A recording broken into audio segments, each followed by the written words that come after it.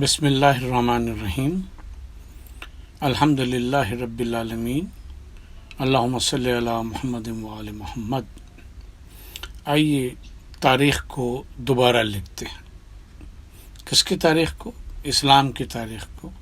ائمہ اہل بیت علیہ السلام کی تاریخ کو۔ یہ بظاہر یہ کانسیپٹ، یہ نظریہ بڑا عجیب سا ہے کہ دوبارہ لکھنے کے کیا مفہوم کیا ہے۔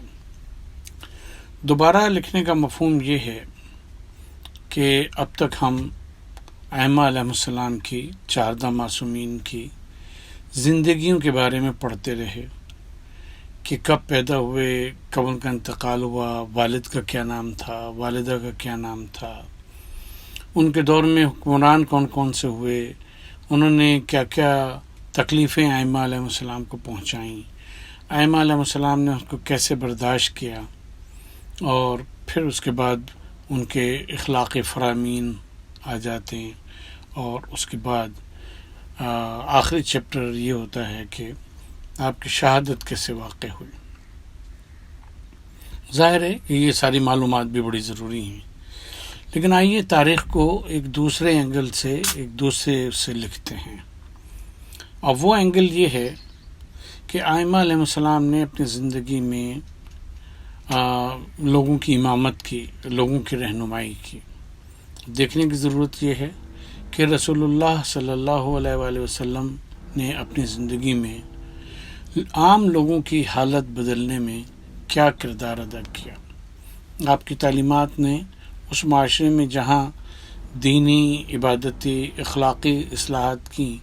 وہیں اس کے ساتھ ساتھ جو لوگ تھے، پسا ہوا معاشرہ تھا، ان کا آپ نے خیال رکھا اور ان کو آپ نے تبدیل کیا، ان کی حالت کو تبدیل کی۔ چنانچہ اب مکی سوروں میں آپ دیکھیں گے کہ بار بار یہ ذکر ہے کہ یتیم کا خیال رکھو، غریب کا خیال رکھو، مسکین کا خیال رکھو، ان کو جھڑکو نہ، ان کو بیواؤں کا خیال رکھو، اور سارا جو پسا ہوا طبقہ تھا اس کے بارے میں گفتگو ہے۔ معاشرے کو پست درجے سے، معاشی اور سیاسی اور اخلاقی اور دینی پست درجے سے اٹھا کر اور اوپر کی طرف لے جانا، یہ بھی تاریخ کا ایک بہت ہی اہم جز ہے نبی پاک صلی اللہ علیہ وآلہ وسلم کی۔ جہاں بدر کا ذکر اہم ہے، جہاں احد کا ذکر اہم ہے، یا جہاں خندق کا ذکر اہم ہے، اور غزوات کا اسی صورت سے مکی زندگی میں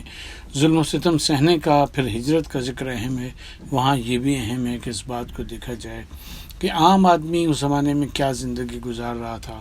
اور نبی پاک صلی اللہ علیہ وآلہ وسلم نے اپنی زندگی میں ان کی حالت کو کیسے بدلا، معاشرے میں تبدیلی کیسے آئی۔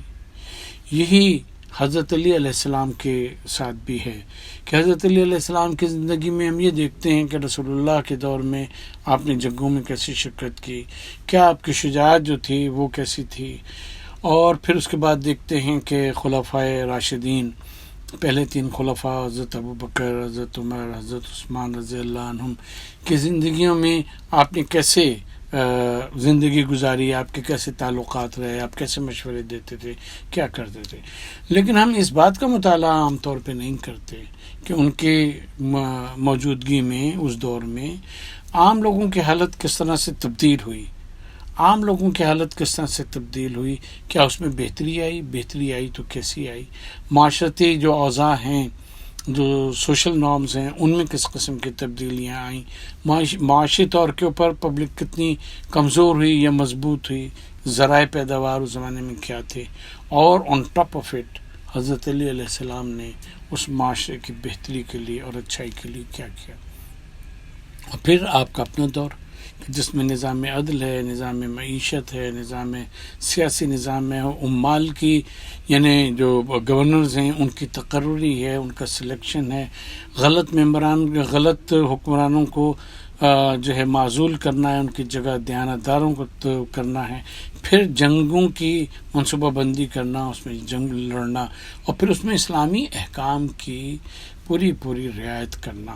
تو وہ یہ بھی امام کی زندگی کا بہت اہم پارٹ ہے، اہم جز ہے کہ جہاں آپ امامت کرتے نظر آتے ہیں، یعنی معاشرے کو ایک دوسرے رخ کے اوپر لے جانا، اور معاشرے کی ترقی کے لیے اور اس کی بقا کے لیے جد و جہد کرنا اور اس کو اس نہج پہ لانا کہ جس نہج پہ نبی پاک صلی اللہ علیہ وآلہ وسلم لے کر چلے تھے۔ تو آئیے تاریخ کو دوبارہ لکھتے ہیں۔